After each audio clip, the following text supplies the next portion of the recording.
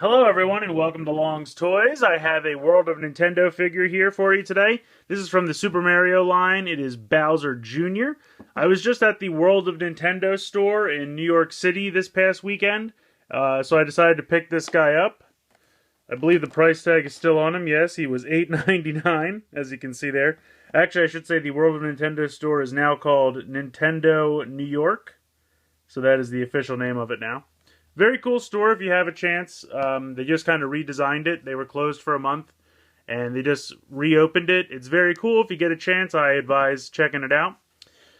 But taking a look at Bowser Jr. here, doesn't really have any kind of bio or anything on the back. He is 3¼ inches tall with 10 points of articulation, and he comes with a little bomb-omb. So without further ado, we'll pop this guy out of the packaging, and we'll take a closer look.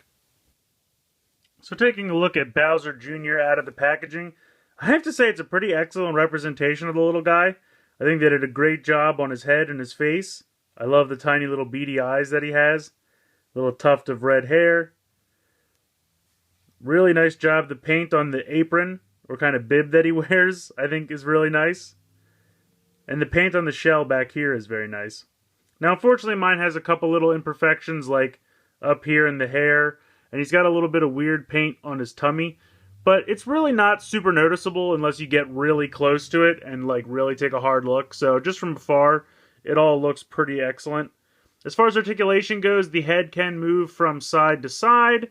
You have a joint in the shoulder that can move up and down as well as all the way around. It's a little tight around the shell, but it can move all the way around. The wrist has a in and out joint, as you can see there. The I guess hips, for lack of a better term, the kind of leg joint. It's very similar to the shoulder joint, but it's just a little weird just because of the way the foot is kind of beveled. You just kind of either put it up like that or maybe space it out a little bit. And then you can see he's got a little bit of a hinge there in the ankle, which is nice. But again, the more you pull that away, it kind of, makes the foot look weird because, people don't have giant gaps in their feet like that.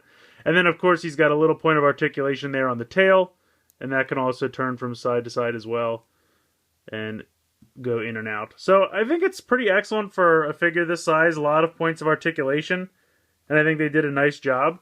He comes, of course, with this little bomb-omb. This is just one solid piece. Nothing on this guy moves. No, nothing. For a second I thought maybe the key turned, but it doesn't. But it's just a little extra accessory. I think it's pretty neat.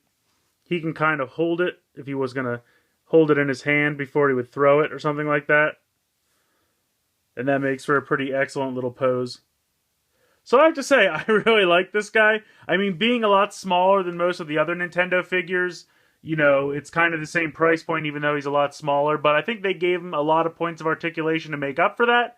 And the paint detailing is all very nice. And the bomb-omb accessory is just a lot of fun. So if you're collecting Nintendo, World of Nintendo figures, I recommend this guy. I think he's pretty neat, and I think he's going to look great in my collection. So let me know what you guys think in the comments below. I'd love to hear from you. Please like and share this video. Subscribe if you haven't already.